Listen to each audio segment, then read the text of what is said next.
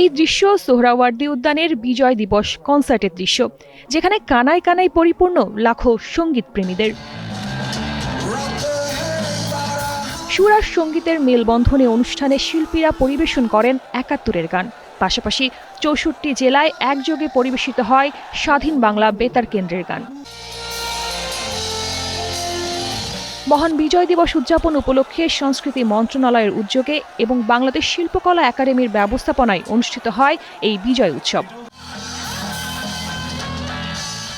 বিজয় দিবসের কনসার্টের শুরুটা হয় তারার মেলা সঙ্গীত একাডেমির গান পরিবেশনার মধ্য দিয়ে। এরপর মঞ্চে ওঠেন শিল্পী শায়ান।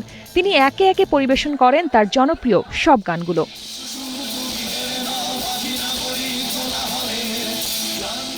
এরপর মঞ্চে আসার পালা ব্যান্ড দল শিরোনামহীন ও লালনের। ততক্ষণে দর্শকদের স্রোত ব্যারিকেড ভেঙে পৌঁছে যায় মঞ্চের কাছে। দর্শকদের এই চাপ সামলাতে হিমশিম খেতে হয় আয়োজকদের। টানা তৃতীয়বার অর্জন করেছে দেশের সেরা সুপার ব্র্যান্ড স্বীকৃতি বসুন্ধরা টিস্যু। তারপর মঞ্চে আসেন শিরোনামহীন। একে একে উপহার দিতে থাকেন তাদের জনপ্রিয় গানগুলো। এরপর মঞ্চে আসে ব্যান্ড লালন। অনেকটা তড়িঘড়ি করে গান শেষ করে মঞ্চ ত্যাগ করেন কণ্ঠশিল্পী সুমি। তবে এই বিষয় নিয়ে শিল্পীরা জানান, এই ধরনের আয়োজনে শিল্পীদের নিরাপত্তা বিষয়টি প্রাধান্য দিতে হবে। নিরাপত্তা সব জায়গাতেই জোরদার হতে পারে। আমরা বিশৃঙ্খলা ঢোকার সময় আসলে পাইনি বা দেখিনি।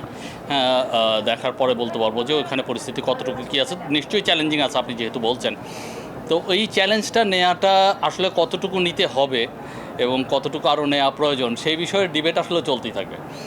তবে আমরাও চাই যে সর্বোচ্চ নিরাপত্তা নিশ্চিত থাকুক, কারণ এখানে সবারই সিকিউরিটির প্রশ্ন আছে। যারা দেখতে এসেছে, গান শুনতে এসেছে, এনজয় করতে এসেছে, তারাও যাতে সুশৃঙ্খলভাবে গানটা এনজয় করতে পারে, সেটা আমরা চাই। বিজয় দিবসের কনসার্টে উপস্থিত ছিলেন বাংলাদেশ শিল্পকলা একাডেমির মহাপরিচালক, কবি ও সাংস্কৃতিক ব্যক্তিত্ব শেখ রেজাউদ্দিন আহমেদ, একাডেমির সচিব মোহাম্মদ জাকির হোসেন সহ আরও অনেকেই।